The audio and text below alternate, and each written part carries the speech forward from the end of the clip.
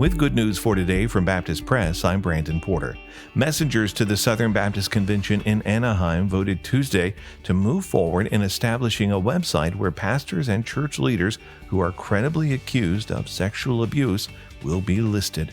The website was included in one of the recommendations presented by the SBC's Sexual Abuse Task Force.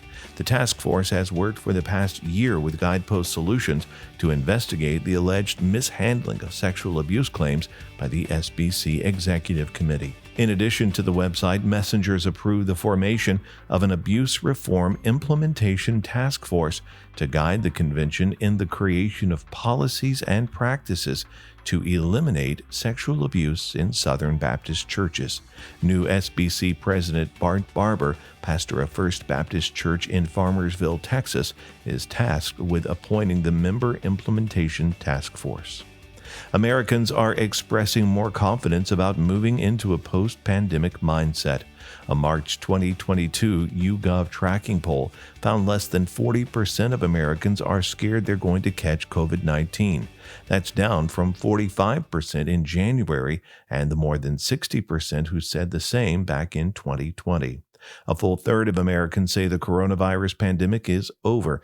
That's according to a May 2022 Gallup poll. Almost 4 in 5 say their lives are at least somewhat, if not completely, back to normal.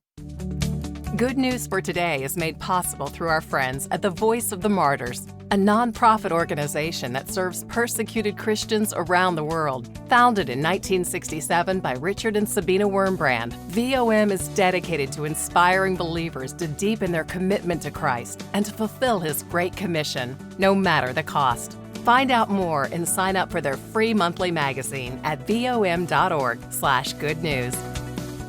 Detours can be frustrating and disappointing. In a Lifeway study on the book Detours by pastor and author Tony Evans, the reader learns how God uses detours in the Christian life.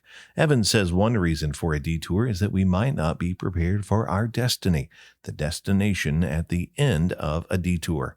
In Genesis 40, Joseph interpreted the dreams of Pharaoh's cupbearer and chief baker, requesting the cupbearer upon his release mention Joseph's plight to Pharaoh.